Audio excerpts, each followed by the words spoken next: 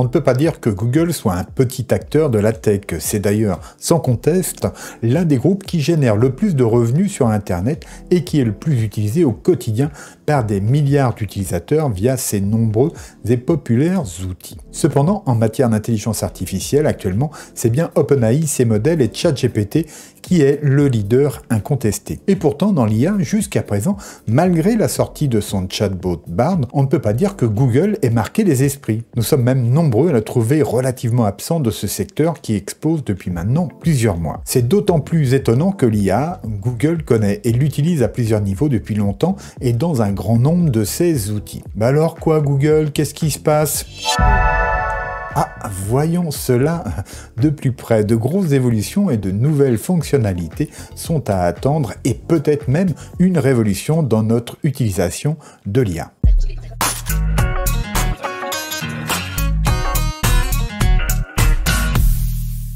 Donc Google, par l'intermédiaire de son directeur et product manager pour Bard, a annoncé le 19 septembre que Google Bard évoluait et recevait nombre de mises à jour avec de nouvelles expériences à la clé. Voyons l'ensemble de ces mises à jour en détail. Donc la voici la plus grosse des annonces en fait que vient de faire Google concernant Bard, c'est que Bard donc peut maintenant se connecter via des extensions à l'ensemble quasiment de son écosystème. Donc en fait, Bard va pouvoir intégrer des outils comme Gmail, Doc, Drive, YouTube et bien d'autres. Et ces améliorations donc, vont permettre à Bard de combiner des informations de diverses sources pour donner des réponses encore plus complètes.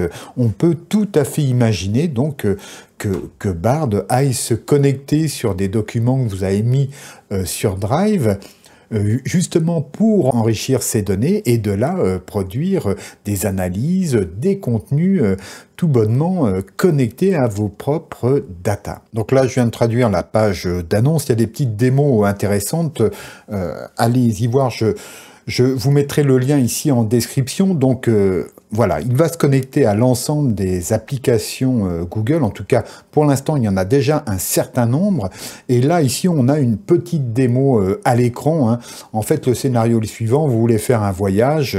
Donc, vous posez la question dans Bard. De là, Bard va pouvoir se connecter, par exemple, à Google Fly et vous proposer donc tous les vols à la date que vous lui avez donnée. Mais ensuite, vous allez pouvoir lui demander de réserver des chambres d'hôtel, de vous faire voir donc ces mêmes chambres pour faire votre choix. Et puis, pourquoi pas ensuite de vous faire voir des vidéos issues de YouTube. Et en fait, dès lors, Bard va agir un petit peu comme un assistant IA, comme un agent IA, c'est-à-dire que vous lui fixez un objectif et lui va segmenter toutes les tâches pour vous remettre, je dirais, un dossier complet et opérer certaines actions. Donc ça, effectivement, venant de Google, c'est assez énorme puisque ça ouvre la voie à des gains de productivité sans doute assez impressionnants. On peut imaginer déjà des tas de choses à faire entre nos Gmail, Google Drive, tous les outils qu'on a à disposition, effectivement, reste à voir si ça sera bridé. En tout cas, voilà, c'est assez énorme. J'ai un message important pour vous. Créer ces vidéos sur YouTube est un vrai travail qui demande des efforts et du temps. Et il est parfois difficile d'être visible sur YouTube. Alors, pour m'aider, et si vous souhaitez avoir plus de vidéos sur cette chaîne et soutenir mon travail ici, merci de prendre quelques secondes de votre temps pour cliquer ci-dessous sur le pouce vers le haut pour vous abonner si ce n'est pas déjà fait et pour activer la cloche qui vous préviendra des prochaines publications. Enfin, si vous pouvez partager cette vidéo sur vos réseaux, ce serait génial. Je vous remercie. Alors, il y a quand même un point important à évoquer avec tout ça, c'est la vie privée et la sécurité. Alors, un point rassurant, Google garantit que notre contenu ne sera pas visible par des humains, que ça soit dans le cadre de la publicité ou pour les examinateurs qui entraînent le modèle de Bard. Donc ça, c'est indiqué ici sur ce document.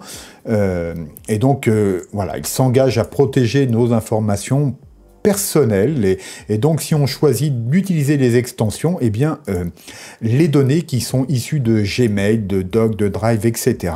ne seront pas vues par les évaluateurs. Je pense que c'est vraiment important qu'ils le précisent parce que effectivement nous n'avons pas vraiment envie que tout ça soit mis aux yeux de n'importe qui, même des gens de chez Google. Autre fonctionnalité importante, il s'agit de la vérification des données. Donc effectivement, on sait que l'intelligence artificielle, parfois, peut sortir des bêtises, des choses purement inventées, et donc il est important que l'on puisse vérifier ces informations. Et bien donc désormais, comme on le voit ici sur cette petite capture, eh bien il peut vérifier cela en direct. En fait, si une information est possiblement vérifiable, eh bien vous aurez un petit G et il suffira de faire un double clic donc pour vérifier les réponses données et donc voilà, en surlignant les informations, donc elles seront confirmées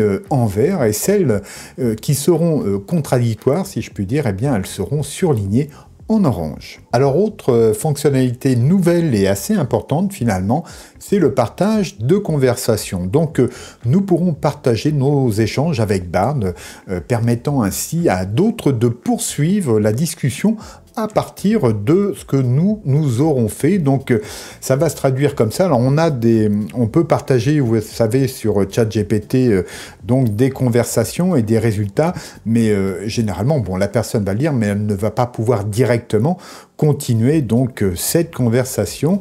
Elle pourra bien sûr reprendre les prompts, etc. Eh bien ça, Bard va donc le permettre et donc on aura un bouton de partage sur les conversations et les personnes donc à qui nous les partagerons pourront poursuivre donc dans cette voie-là. Donc ça peut être un moyen assez sympa finalement de partager des prompts et des données. Bon, bref, donc une nouvelle fonctionnalité plutôt sympa à venir dans Bard. Alors petite note importante, j'ai oublié de vous le signaler précédemment concernant les extensions, contrairement à des infos que j'ai pu voir sur certaines vidéos qui sont sorties donc hier ou avant-hier, les extensions ne seront pas présentes pour les comptes Workspace. C'est bien sûr des comptes Gmail standards que nous pourrons disposer de ces extensions. Mais chez Bard, ils ne comptent pas s'arrêter là. Comme on peut le voir, donc leur intention, c'est donc de multiplier ce genre de fonctionnalités et dans un plus grand nombre d'endroits, comme ils le disent. Alors, malheureusement pour nous, pour l'instant, tout ça, c'est réservé aux utilisateurs de la langue anglaise, mais ils comptent donc les délivrer sur plus de 40 langues prochainement.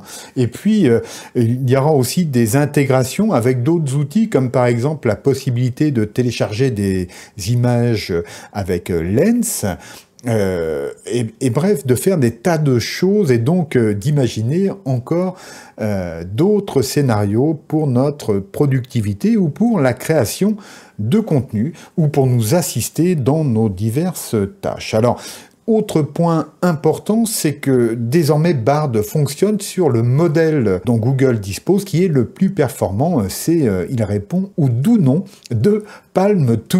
Et donc c'est un LLM, c'est le plus performant sur lequel il dispose, et sa particularité, c'est qu'il se connecte à Internet et donc dispose de nouvelles fraîches. Parmi ses capacités accrues, eh bien, il cite que donc il va pouvoir coder de façon plus efficace, qu'il va pouvoir passer d'une langue à l'autre sans souci.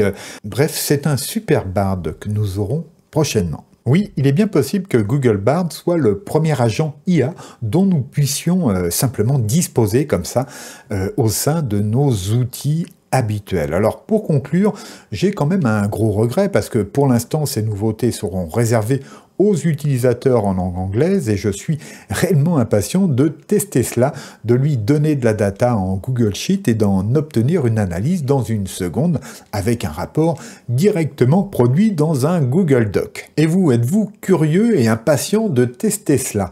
Je trouve que c'est une autre manière d'envisager une productivité plus grande et plus qualitative grâce à l'IA. Alors avant de nous quitter, n'oubliez pas de mettre un petit pouce vers le haut, de vous abonner, d'activer la cloche pour être prévenu des prochaines sorties et de partager cette vidéo sur vos réseaux. Cela aidera beaucoup la chaîne et son développement. Merci à vous. Et je vous dis à bientôt, gardez-vous bien, au revoir.